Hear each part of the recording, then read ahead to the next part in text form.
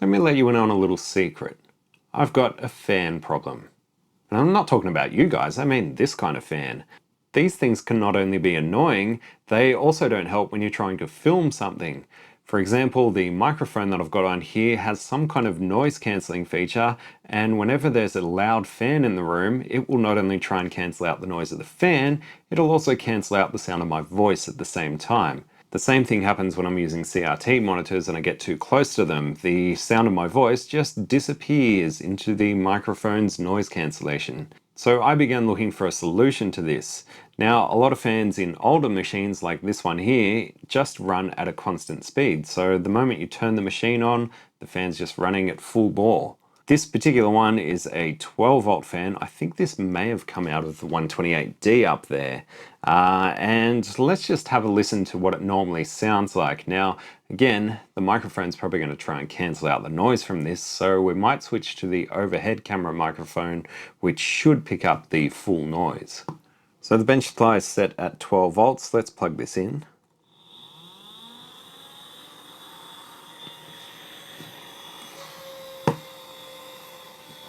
So it may not sound that bad, but that's probably down to the noise cancellation of this microphone. Let's switch to the other one.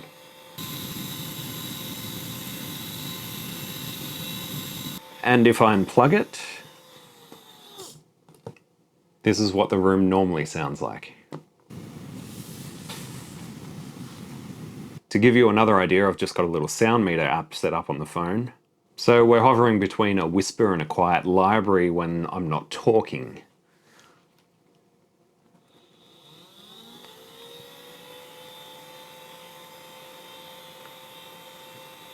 However, with the fan going, we're up to about the level of a conversation, and if I move the phone a little bit further away,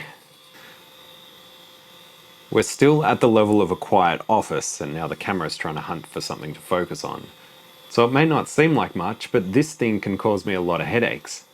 So the way I remedied that with the 128D was to remove the original power supply, including this fan, and replace it with a modern switch mode one, which makes it run cooler, and I can pretty much run it without the fan. But what if I wanted to keep the fan in there and just have it run at a lower RPM when there wasn't so much heat buildup? Well, thanks to the wonderland that is AliExpress, there is a device that I could have used in that case. So this little thing right here is a fan speed control module.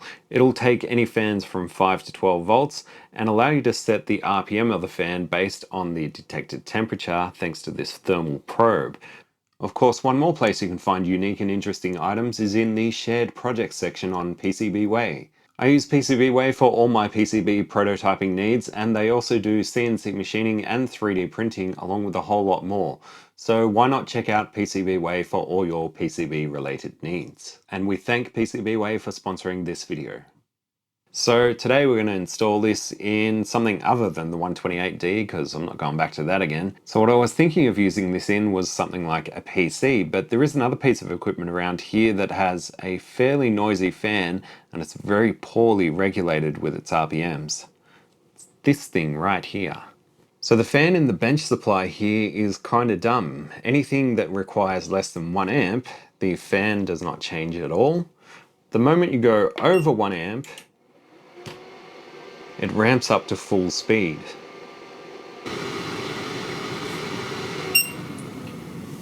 And as soon as you go under 1 amp, it goes back to the lowest speed. Now in the past, I've had things draw the full 5 amps from this supply, and the fan speed does not change at all going from 1 amp up to 5 amps, which seems kind of silly for a linear power supply, as you'd think there'd be more heat being created at 5 amps than there would at 1, so why does the fan not change? So I think it's going to be the ideal candidate for this fan speed controller. Let's take a closer look at this thing, see what it can do. So the idea with this thing is that you stick it in between the fan power supply and the fan itself. So instead of having the fan being supplied the 12 volts, we supply the 12 volts to this thing, and then the output here will supply the fan with the power required based on our settings. So the bench supply is set at 12 volts and it's drawing about 10 milliamps. As I said, this thing operates between about 5 and 12 volts. It'll actually handle about 14.5 volts. Once you go over that, you get a little flashing light on the end here. Likewise, if the voltage is too low, which is about 4.5 volts, you'll also get a flashing light on the other end. Hence why you're able to use it for any fans that operate between 5 and 12 volts. Obviously something that has a mains powered fan like the Amiga 1000, we've got no chance of using something like this to regulate the fan speed in that thing. We're just stuck with full on fan in the power supply. So looking at the rear of this board, you can see where the power comes in, and it is actually marked 5 to 12 volts. And this thing here is our thermal sensor. We'll come back to that in a minute. And on this side is the output for the fan, so it has a positive and a negative. It's also got a speed control, which isn't going to be used anyway. It's only for if you've got a 3-pin fan and you want to plug it directly in. But the speed controller on the fan isn't really going to be used because the speed settings are all set with this board. And it can output a maximum of 900 milliamps or 0.9 amps. So let's plug this fan in. So even though I've now got the fan hooked up, you'll probably notice that it's not spinning. This is where these LEDs and this little tiny button on the side come into play. At the moment, this board is set to output the lowest possible RPM, and it's not quite enough to get this fan to kick over. If we push this little button on the bottom, it will step up to the next RPM setting, and that is just enough to get this fan spinning. The idea here is that different fans are going to require a different amount of voltage to actually kick over and start spinning. So with the lowest possible setting on this board, it wasn't actually enough to get this fan to start moving. Ideally, you're probably going to want to have the fan spin at its lowest RPM, even when there's nothing there to actually be cooled. And once things do warm up around it, that's when you want the fan speed to increase cooling. So there are two modes that this board can operate in. One of them doesn't require the thermal sensor at all. You can simply push the little button on the bottom and the fan will slowly increase in speed. And you'll notice that every time I push the button, the third LED lights up for a second. And when it stays solid, that means we've reached the top speed. Likewise, double-clicking this little button, the first LED lights up, and we can set this back to the lowest possible speed. This could be useful in a situation where you want the fan just running at a constant speed, but you don't necessarily want it running at full speed like it was installed in the original device. So sticking this in between and setting it to its midpoint, so to speak, will have the fan running at a slower RPM and hopefully generating less noise while still providing a decent amount of cooling. So the manual setting is pretty straightforward. You just set a baseline speed and that's what the fan stays at. But I think in most cases you'll want to take advantage of the thermal sensor. Let's say you wanted to increase the fan speed based on the temperature sensed at the probe here. For that, there is actually a menu built into this thing, and it's not the easiest thing to navigate, but we're going to try our best. So to access the menu, we press and hold the little button here, and you'll notice the LED here is blinking slowly. So I've drawn up my own little instructions for this thing because the actual instructions for these is pretty terrible, and I think it's just been poorly translated from Chinese. So I've drawn up a little example chart here which should give us a better understanding of how this thing works. So if we jump into the menu, once again we just hold this button for a second. The first LED is blinking, so we're in the first menu at the moment. At the moment we're set at 30 degrees, so that is the lowest temperature that needs to be sensed before the fan speed starts increasing.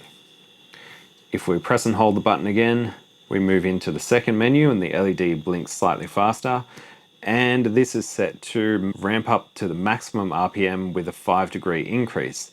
That means that once the temperature at the probe here reaches 35 degrees Celsius, the fan will hit full RPM. So if I just grab the temperature probe here, it should be enough to get this fan spinning up, which it is. So even though we only have a 5-degree window to go from the slower speed to the maximum speed, there is still a ramp up in the fan speed. It's actually operating at about half speed at the moment. So obviously my hand's probably, maybe it's 32 degrees or something, or maybe there's not quite enough accuracy in this probe here, but I think you get the idea. So that could be useful for something where you want to keep it cool at 30 degrees, but you don't want it to get over 35 degrees. So the slightest increment in temperature will ramp the fan up to full speed. As another example, if we leave this at the 30 degrees that it's currently set at, and set the second menu to 50 degrees, so we just click the button once until we reach 3 flashing lights, like so. Press and hold the button, that'll actually save the settings. So now the fan will still increase RPM once it gets over 30 degrees at the probe here, but it won't reach full speed until it gets 50 degrees above that. So the maximum temperature to get this fan running at full speed is now 80 degrees Celsius. I'm not going to be able to get that out of my hand, but we should be able to use the heat gun to do that. And looking at the current draw on the power supply, I know this tops out at about 135 milliamps at full speed. The heat gun is set at 100 degrees Celsius, and we've just hit maximum speed according to the current draw. Of course, once I take this away, the temperature here will quickly drop, and the fan RPM will quickly drop with that.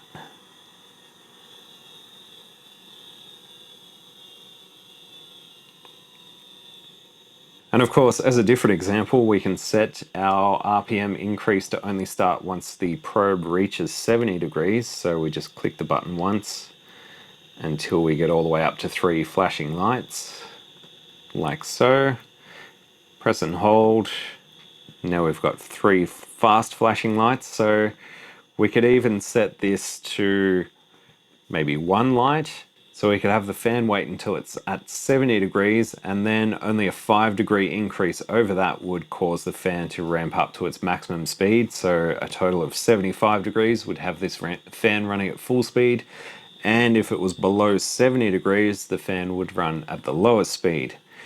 The extreme end of the scale is the minimum of 70 degrees for the fan to start increasing and reach its maximum 50 degrees above that. So you need 120 degrees at this probe in order for the fan to run at full speed. As for the bench supply, I think I'm going to set the minimum before the fan starts increasing RPM at 50 degrees, and I think it'll max out 50 degrees above that. So 100 degrees will be required to reach the maximum fan RPM. Let's have a look inside the bench supply and I'll explain how I came up with those figures.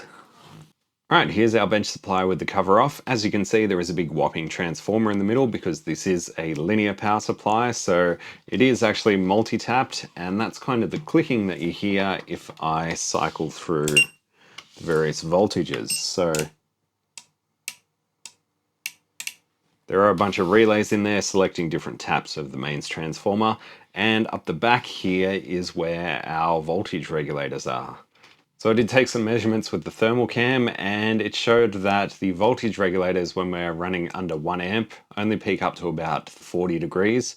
And with running something at 5 amps, which is pretty much the max for this power supply, these things get up to about 130 to 140 degrees.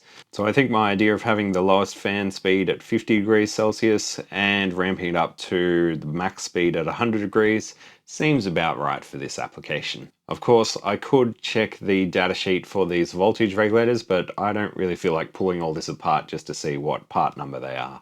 Another interesting thing I noticed with the thermal cam is this resistor up the front here, this blue one. It looks like a 2-watt 150 ohm resistor, and this is what they're actually using to regulate the fan speed. So under 1 amp, everything flows through that resistor to the fan, and the fan itself receives about 5.6 volts. And then when you go over 1 amp, it bypasses that resistor, and the fan actually receives 16.7 volts. Under 1 amp, that resistor gets over 100 degrees. And then over 1 amp, because it bypasses it, using what I assume is this little IC under here, along with the main microcontroller to change that fan setting. So it almost appears like they plan to use a proper fan controller in this thing and then just went with the ultra cheap option of a 2-watt resistor to limit the voltage to it. Now, one other little issue I did notice is there's no suitable 12-volt rail in this thing. There is a 20-volt rail, which is what I'm actually going to use. And to do that, I'm going to need a little buck converter. So I have a little micro buck converter here. I think this handles 1.8 amps continuous current.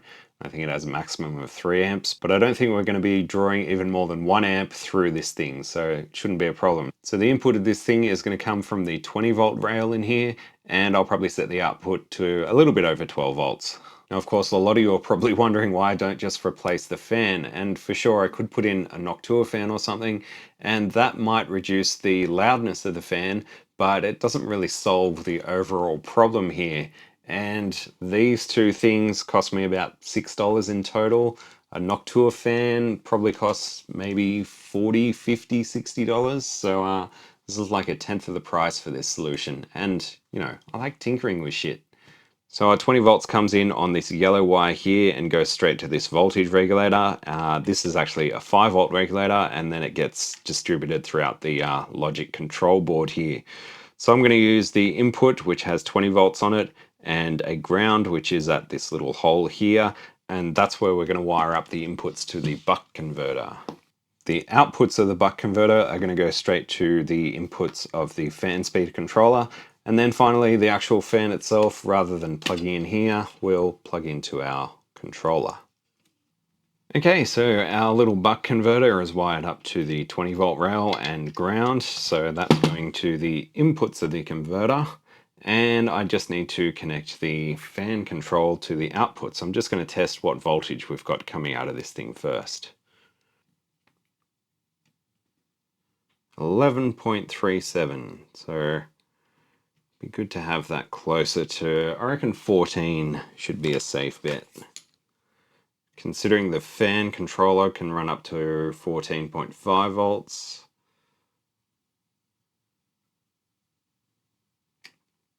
.1, that'll do. So yeah, there's a little trim pot on this thing to adjust the output voltage.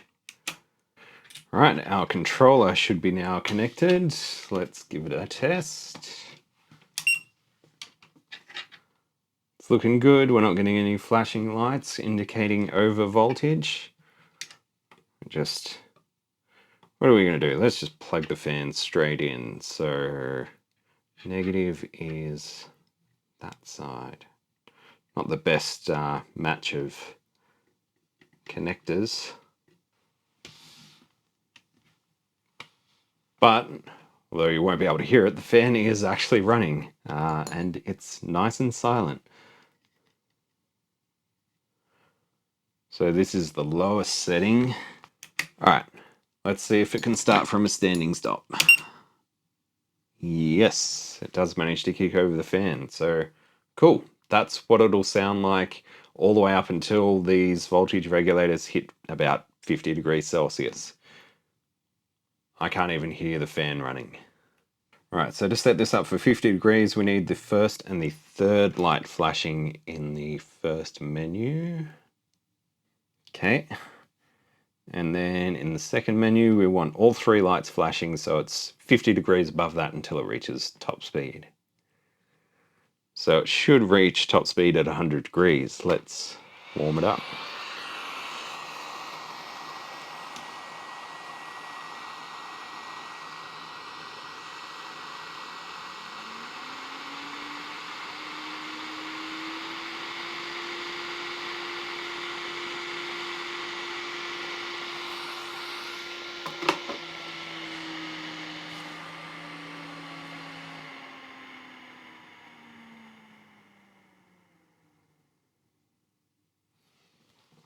Seems good. Now I just need to mount all this stuff properly. Oh, and this thing here, there's this odd thing here, which I thought was a thermal sensor for the fan, but I'm thinking it may just be like a over temperature sensor. So if it gets too hot, it might shut down these regulators. But yeah, I'd had my hopes up for a minute, but I don't think it has anything to do with actually controlling the fan. Well, I know it doesn't have anything to do with controlling the fan. All right, so I've just cable tied the little buck converter to these cables running across. Same with the fan speed control. It's not ideal, but they're not actually going to short out to anything inside the case. They pretty much don't move by themselves, so No issues there. I'm not going to worry about taping anything up. And the thermal temperature probe, I'm just going to kind of move it into position so that it sits on one of these regulators, or at least as close as possible to one of them without moving. All right, and our thermal probe is sitting at the top of one of these voltage regulators, and it's also locked into place, so it's not going anywhere. That should be pretty much it for this thing. Let's see how it goes. All right, so after a bit of trial and error, I'm pretty happy with how this is performing now. In the end, I set the lowest temp back down to 30 degrees Celsius and still had the maximum at 50 degrees above that. So it's about 80 degrees before it reaches the maximum speed. There is a bit of an air gap between the probe and the actual voltage regulator. So it's more about 40 degrees that it actually starts to ramp up the speed of the fan. But for now, it's running at the moment, and if I listen carefully, I can barely hear the fan just working. So at least that gives me an idea that it's on, but certainly nowhere near as loud as it was originally. And of course, connecting something up like a 1 amp load, the fan doesn't immediately jump to full speed. I can hear it slowly ramping up though. And after a couple of minutes, I'd say it's at about 30% speed. It sounds very similar to before I did the mod, but back then it didn't even need to draw any current to have the fan spinning at that same speed. So once I disconnect this, it'll slowly ramp back down. It's not just going to drop speed like it did previously. And that's probably a good thing. And for the other test, if I hook up the old LCD display here, so it's not drawing much at the moment because it's in standby, but power it on. There we go. It's drawing about 4 amps. It creeps up to about 4.5, and I can hear the fan speed creeping up. And once again, after about 2 minutes, I think it's hit the maximum speed. It's not quite as high as it was before because it was sending 16.7 volts to the fan. Now it's only sending about 14 volts to the fan, so it can't quite reach the high speed that it did before. But even checking on the thermal camera after about 5 minutes, it still topped out at about 135 degrees Celsius, drawing 4.5 amps. Power that off. So yeah, again, that's going to ramp back down to where it's quiet again. So in a way that's kind of better because the fan is adjusting itself based on the temperature and not just on the current that this thing's putting out. So it's not just dropping to the slower speed as soon as you disconnect something, it's gonna bring it slowly back down. So all in all, I'm pretty happy with this mod. I think the little fan speed controller is a pretty neat idea. Obviously for something that already controls its own fan speed in a proper way, not in the shitty way this thing does, it may not be worthwhile looking at because you're probably just better off replacing a noisy fan with a more quiet one and leaving the fan speed control to the actual device itself. But for something that has a fan that's either at a fixed speed or even something that doesn't have a fan that you want to add a fan to, you could just find a voltage regulator, or in this case, use a little buck converter to get the right voltage, hook up your fan speed control, and then hook in a fan and set your desired temperatures. So I want to hear from you guys. Do you think there's anything out there that you'd like to add a fan to, or just add a fan speed controller to? Give me some ideas. I was still thinking about the Amiga 1000, honestly. Maybe I'll replace the mains powered fan with a more modern 12 volt fan and put a fan speed control in that. But throw me some ideas. I want to hear from you guys. Do you have a particular application in mind for one of these kind of things? Let me know in the comments. As always, a massive thanks to the people that support the channel on Patreon, and if you want to do the same, links are down below. You'll get ad-free early access along with some other bonus goodies that I throw out every so often. Thank you for watching. I will catch you in the next one. Bye.